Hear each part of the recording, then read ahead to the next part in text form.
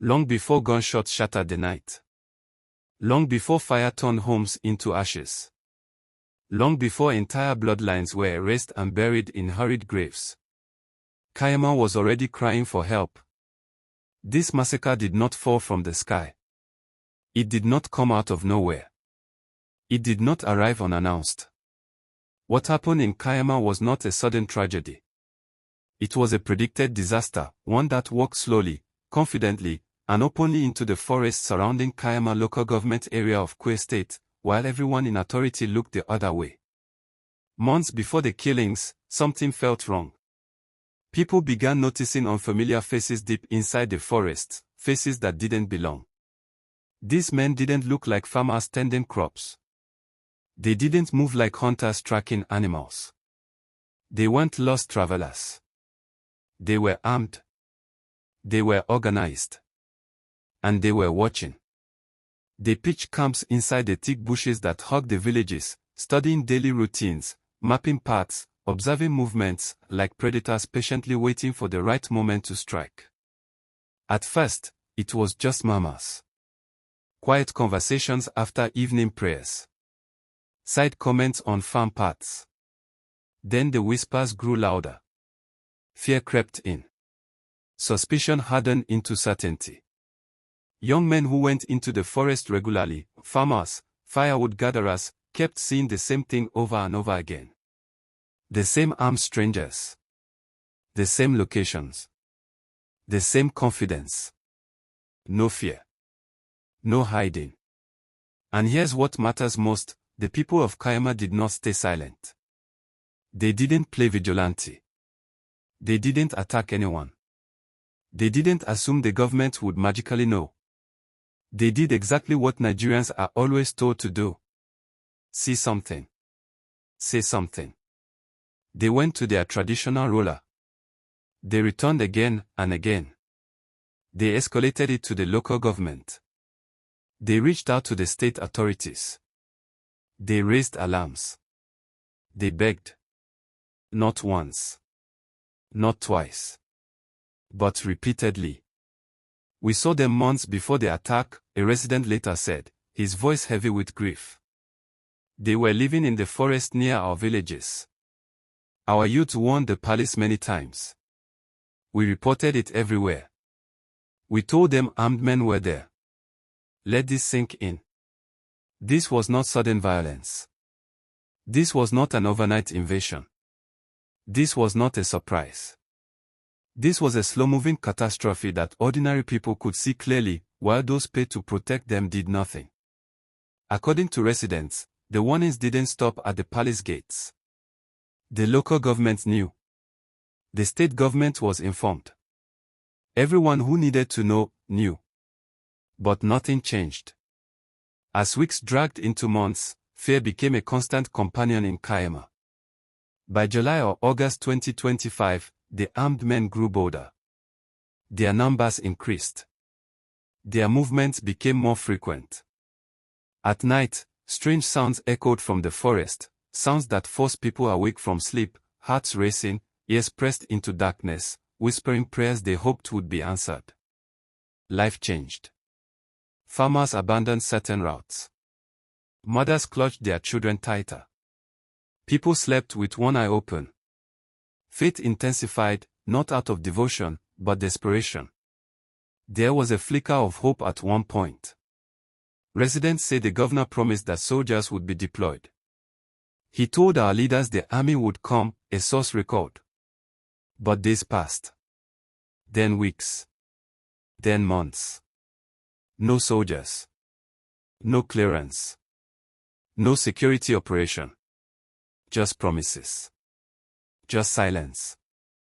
Now imagine this, living every day beside danger, reporting it, warning about it, begging for intervention, only to be ignored. How long can a community survive like that? Eventually, fear stopped being a feeling. It became reality. The attackers struck with chilling precision.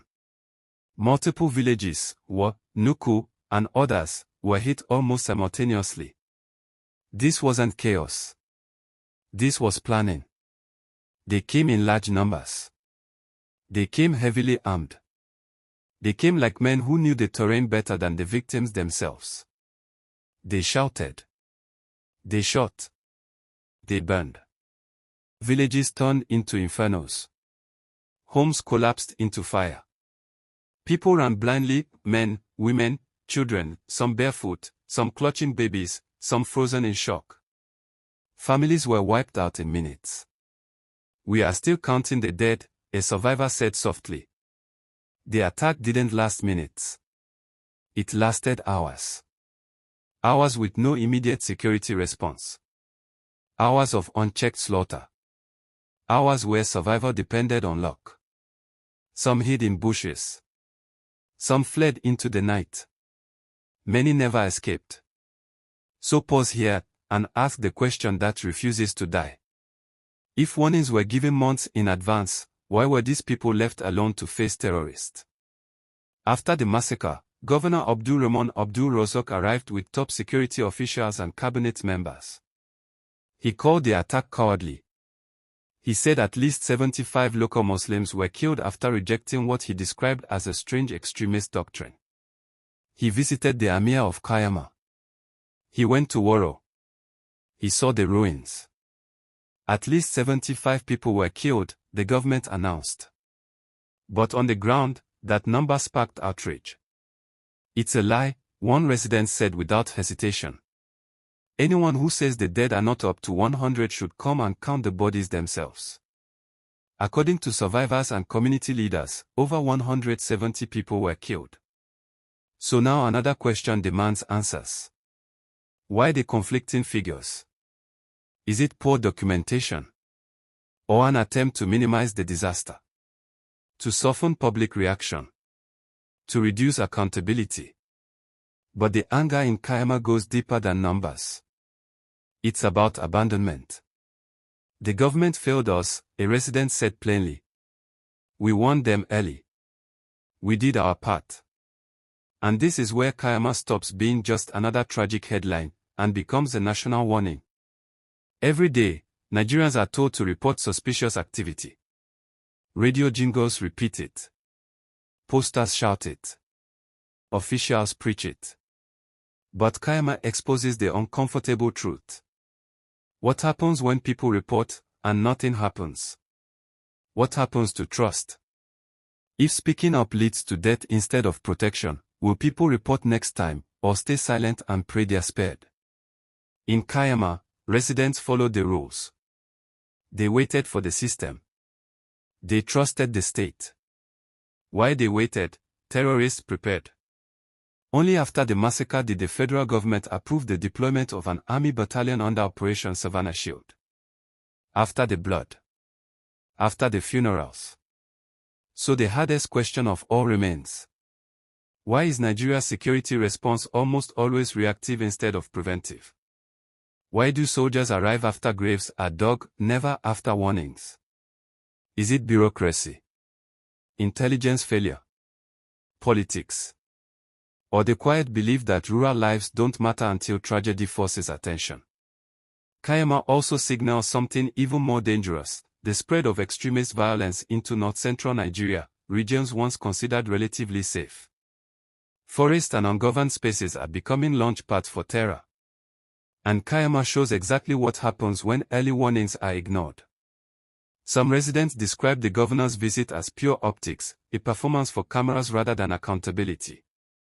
"They came after people died," one man said bitterly.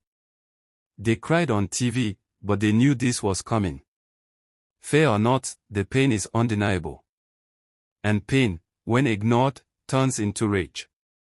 Today, Cayama is eerily quiet. Burnt houses stand like scars. The smell of smoke still hangs in the air. Survivors sit together, whispering names of the dead. Children ask questions no adult can answer. Security is present now. Soldiers patrol roads they once ignored.